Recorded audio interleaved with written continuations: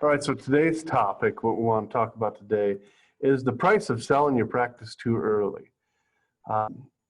This comes to a shock to a lot of doctors when they see these slides that you don't really come out ahead selling your practice. People work on their brain saying things like, oh, we got a whole generation that aren't going to be able to afford to buy a practice, so yours won't, you better sell it while there's still buyers. And you hear all this. So you bail out on what turns out to really be a pretty valuable asset. Here's an example of what we're talking about. Let's assume a doctor is paying $500,000 a year, roughly taking home $42,000 a month. That's probably on a gross of 150 to 180. That's a great practice. Mm-hmm. But the valuation, what they might be able to get for that, might only be $750,000 based on rule of thumb multiples.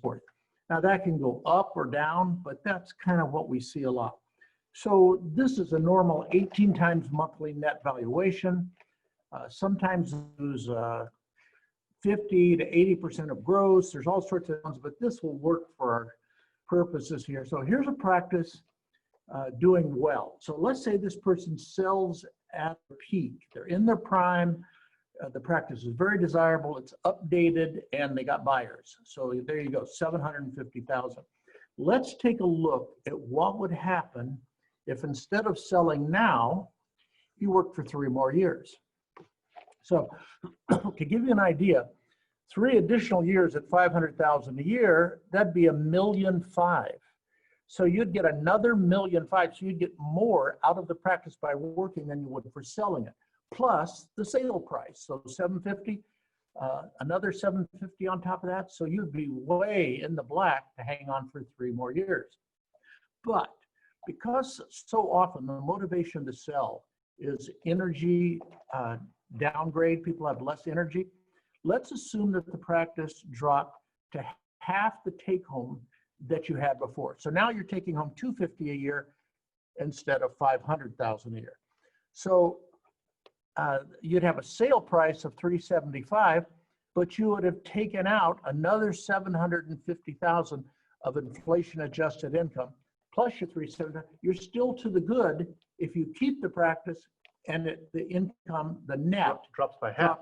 I know what you're saying.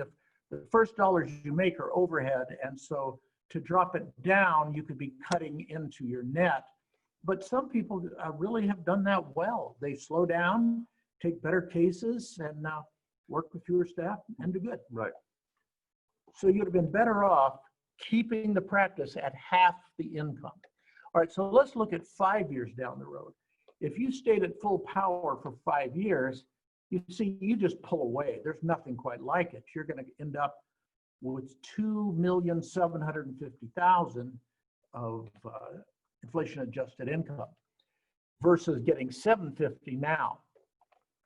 So let's say you stayed in for 5 additional years at half the income. You would end up at $1.2 million of takeout plus $375 for the sale. You'd been $1.5 million, you'd have come out twice as good.